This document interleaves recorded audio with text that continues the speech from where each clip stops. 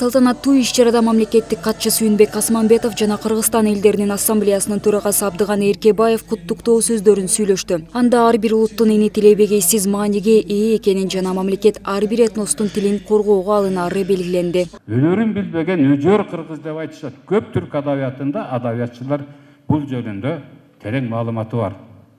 Ушул ыйык наамга, ушундай ыйык сөзгө, ушундай сүрөттөмөгө тазим кылалык. Ошого туруктуу, татыктуу болуп жашайлык. Тилди өнүктүрүү, сактоо, өздөштүрүү өзүбүздө. Башка бирөө жардам бере албайт. Бир дагы токтомдун күчү, бир эмес 1000 президенттин буйругу дагы тилди дүркүрөтүп өнүктүргөнгө күчү жетпейт.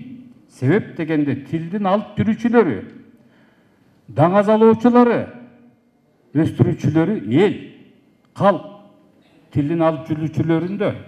Дагы бир эне тил майрамыңыздар менен, эне тил майрамыбыз менен куттуктап, ар бириңиздерге ылайым ушул Кудай Таала 1000 жылдан бери биздин тарых ушу эне тилди кандай сактаса, мындан кийин да ошондой сактап, ийик көрүп, кийинки мына жаштарга рахмат атайын келген.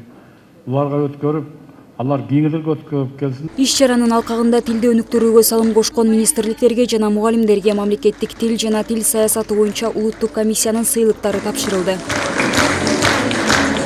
Кыргызстанда ар бир этностун эне тилинде сүйлөөгө эркиндиги бар.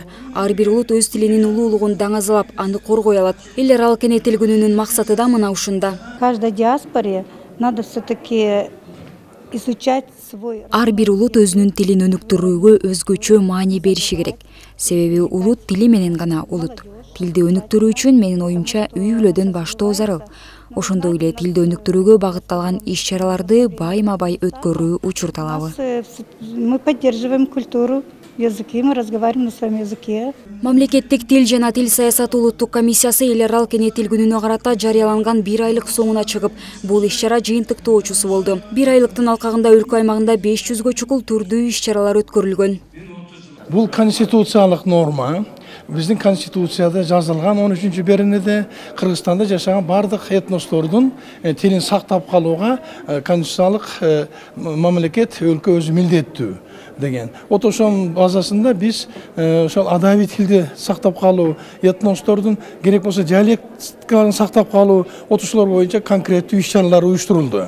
Белгилей кетсек, 21 февраль эне тилдин эл аралык күнү 1999-жылы ЮНЕСКО тарабынан кабыл алынган. Бул күндү дүйнөнүн бир катар өлкөлөрү белгилеп, анын ичинде Кыргызстанда жыл сайын түрдүү багыттагы иш-чараларды өткөрөт. Ал ар бир улуттун эне тилин жана маданий көп түрдүүлүк табиятын сактап калуу максатын көздөйт.